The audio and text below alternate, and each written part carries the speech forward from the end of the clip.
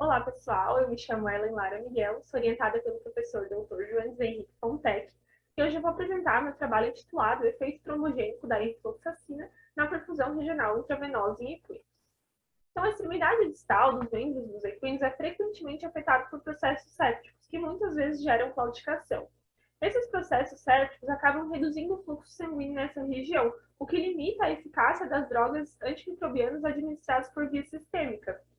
Então, a perfusão regional intravenosa de antimicrobiano é uma terapia complementar que trata-se da administração de baixas doses de antimicrobianos em uma região isolada vascularmente da circulação sistêmica por um torniquete, e tem como objetivo a obtenção de altas concentrações do fármaco nesse local afetado. Os aminoglicosídeos, como a gentamicina, são normalmente os antimicrobianos mais utilizados nessa terapia, mas o uso desses fármacos vem sendo reduzido devido ao surgimento da resistência bacteriana, o que desencadeou um estudo para outros grupos farmacológicos, como as fluorquinolonas. A influoxacina é uma fluorquinolona, mas ela tem o seu uso um pouco questionado, já que ela tem um efeito vasculotóxico conhecido.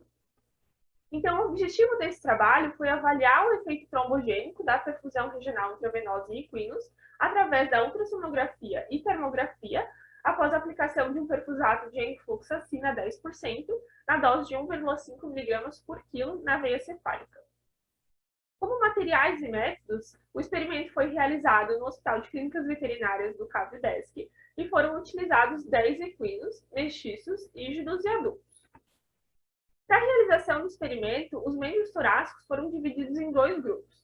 O membro torácico direito era utilizado como tratamento, o qual recebia a influoxacina 10% na dose de 1,5 mg por quilo, diluída em solução fisiológica até completar o volume de 20 ml. E o membro torácico esquerdo, que era o membro controle, o qual recebia apenas os 20 ml de solução fisiológica. As avaliações termográficas e ultrassonográficas foram realizadas em 4 momentos denominados M0 antes da perfusão, M1 imediatamente após a retirada do torniquete, M2 24 horas e M3 48 horas após a priva. A termografia foi realizada com o distanciamento de 2 metros do membro do animal, nas regiões dorsal e medial dos membros, com foco na região média do antebraço.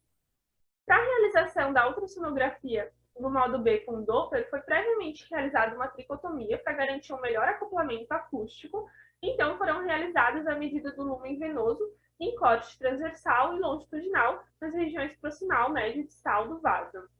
Cada segmento venoso foi classificado em como compressível com sinal de Doppler positivo, em 2 como parcialmente ou não compressível com sinal de Doppler positivo, e em 3 como não compressível com sinal de Doppler negativo.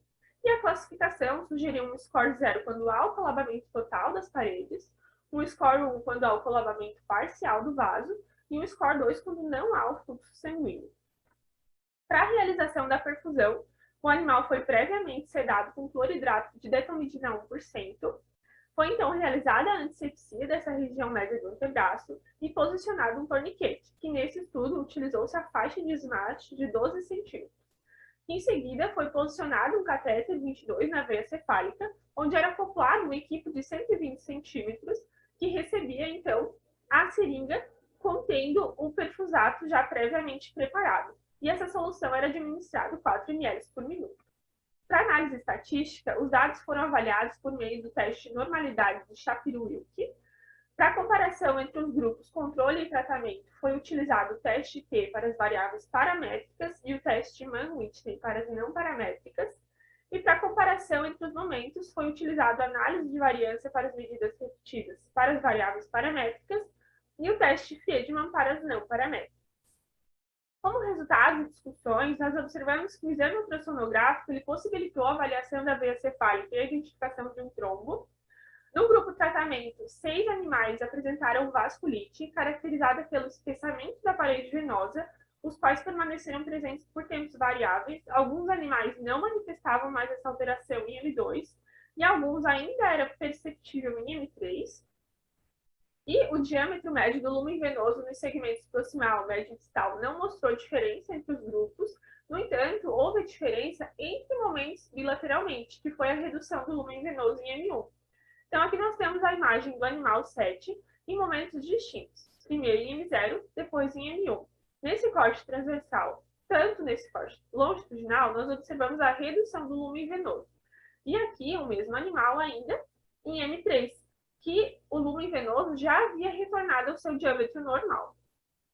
9 animais apresentaram um score de compressividade zero, ou seja, ao fornecer uma pressão com a probe, o vaso colabava completamente, demonstrando a ausência de um trombo. A termografia ela foi útil para detectar o aumento de temperatura no edema inflamatório e na tromboflebite, e não houve diferença de temperatura entre os membros controle e tratamento. Houve, entre momentos, a diferença para o membro controle, sendo M0 diferente dos demais momentos e M1 diferente de M2. E um animal desenvolveu a tromboflebite e apresentou aumento de temperatura local quando comparado ao membro contralateral em todos os momentos após a perfusão. Então, aqui nós temos a imagem desse animal e percebemos que ainda existe aumento de temperatura em M3 no membro torácico direito. Após o estudo, concluiu-se que uma aplicação de enrofloxacina na dose de 1,5 mg por quilo diluído em solução fisiológica na perfusão regional em equinos causou poucos efeitos adversos. Então, o seu uso ele pode ser considerado para tratamento de infecções ortopédicas que são sensíveis à enrofloxacina na extremidade distal dos membros dos equinos. Era isso, muito obrigada pela atenção de todos.